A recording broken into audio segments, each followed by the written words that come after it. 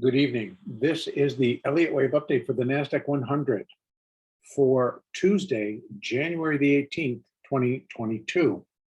The NASDAQ continued to follow through on current analysis as it continues to progress through a minute third wave down. That minute third wave is subdivided. And so let's just take a quick update. And here's where the beginning of wave three, minute wave three, began. And thus far we have the wave one of minute three, wave two of minute three, and then wave three of minute wave three is also subdivided. And don't know if it's actually been completed, if we've got 1, 2, and they got 1, 2, 3, 4, 5, 3, 4. Maybe we still need one slight new low. Maybe it gets all the way down to 15,077, 70 or 78. But it should come below 15,170. I think I'd like to see it below 15,152, which is the current low for wave one. That's going to give me a lot of support that wave three is progressing nicely, because of course it's going to be expected to break wave one. And in all honesty, we're looking for it to come, this third wave, minute three, to come down to 14,501 or 500 before it does a little bit of a rally and then comes back down to complete the entire minute three. Then we get additional rally, and then there's a minute four, and then we get a minute fifth wave down. And that one, we are looking for it to likely come into the 50% level, which is 13,683, or even a little bit lower, 13,570. So that would be the zone, and actually that zone goes all the way down to 13,438. So a pretty big zone for this larger third wave to complete, or actually the minute three, and then again, it would be the minute four and the minute five. So sorry, that we're looking for this whole C wave. Now remember, the larger degree is an intermediate wave four correction that actually started off of the all-time high for the NASDAQ at 16,768. And that what we're looking for is this fourth wave that we've done wave A and we've done wave B, and that we have demonstrated, and I'll show you again. It's right there. That's where the wave B completed. And so we're in the C wave down, of which we've done 1, 2, we're in the third, and then once that's complete, we have the fourth, and then the fifth. So for tomorrow, I am continuing to look for continuation to the downside.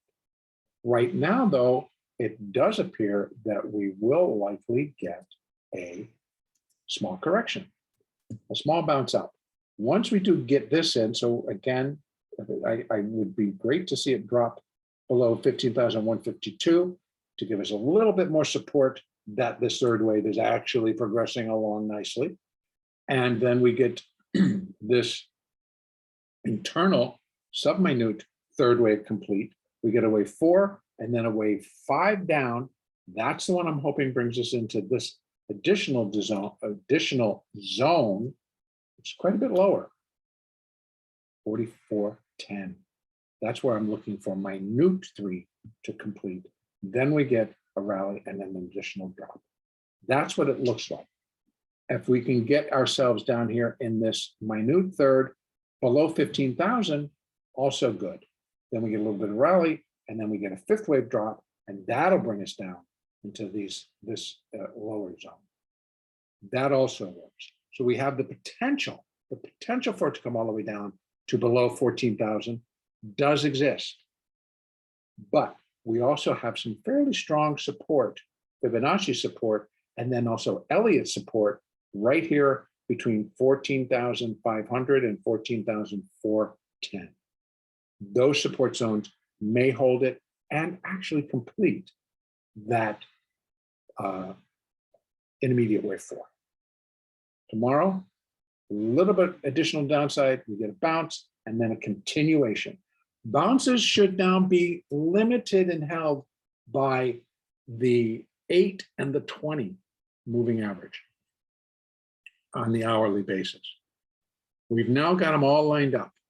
Here's the 200, here's the 50, here's the 20, here's the 8, and here's the 4.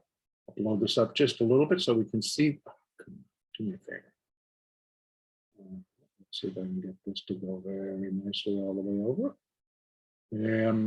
My computers are getting a little bit old. I do work them and they do stay on and they do all this good work and then they don't do what I want to do. There we go. So you can see there's the 200, there's the 50, the 20, the 8, the 4, all lined up, all pointing down. Not as sharply as I would like to see, but still sharp enough that I am expecting that when we get down here, right below this level at 15,152, that's ultimate for me for continued confirmation. We get a bounce and a very small fourth wave, and then we get an additional fifth wave down. That's the one I'm expecting, hopefully bring us into here, and that could complete the intermediate fourth wave. Again, we're balancing this against the other markets having likely completed, particularly the S&P, having completed its total fifth wave rally. And so we've been looking for that still to happen here in the NASDAQ. So if I have to balance that against what really could, the reality of what could happen, it's all going to depend, I think, on what the earnings are going to show us as they continue to roll out the balance of this week, next week, and into that first week of February. So that's when we have a lot of the Titans towards the end of next week. And then again, Apple and Amazon, and I thought Facebook, but Facebook seems to have come out today and they didn't like them, but they're having their conference call on the 2nd of February. Don't quite understand how that all works, but that's what I'm seeing on the charts and also on Thinkorswim. So again, a little bit more downside. I'd like to see it get, I do believe it's going to get below 15,000, and I think it's going to get towards that 14,500 to 14,400 before all is said and done, and we get that larger advance starting. So continue to trade smart, continue to trade using the moving averages.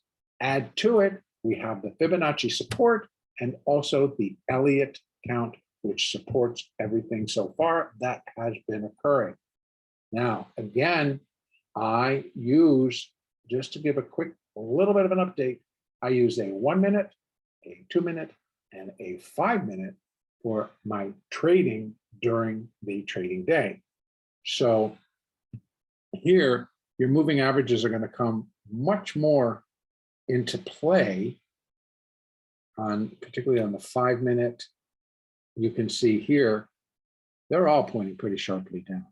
So we need to break below 15,170. That's the low from the regular session, came just before the close. And then also get it down below 15,152. Then we get a bounce.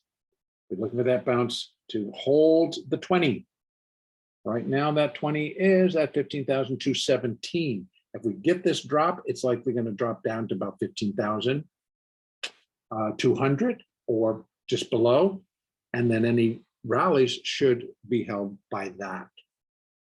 If the market turns and starts to go higher from here, it needs to do it quickly. It needs to break above the 20, the 50, and the 200 pretty quick to really plant a bullish picture into this market. Otherwise, the sellers remain in control. The volatility has increased, so we're getting decent moves going in both directions. And again, because the market gets thin, if a buyer steps in once a large seller is done, it's like there's a little bit of a vacuum. So the market just rallies very quickly because somebody's got a decent amount to buy and they're just going to go do it. And the orders are at the market. So they just come in, wham, bam, and then they're done. So trade smart, use the moving averages, use the Elliott, and use the Fibonacci to guide your trades and to produce great profits. Our next update will be on Wednesday, the 19th.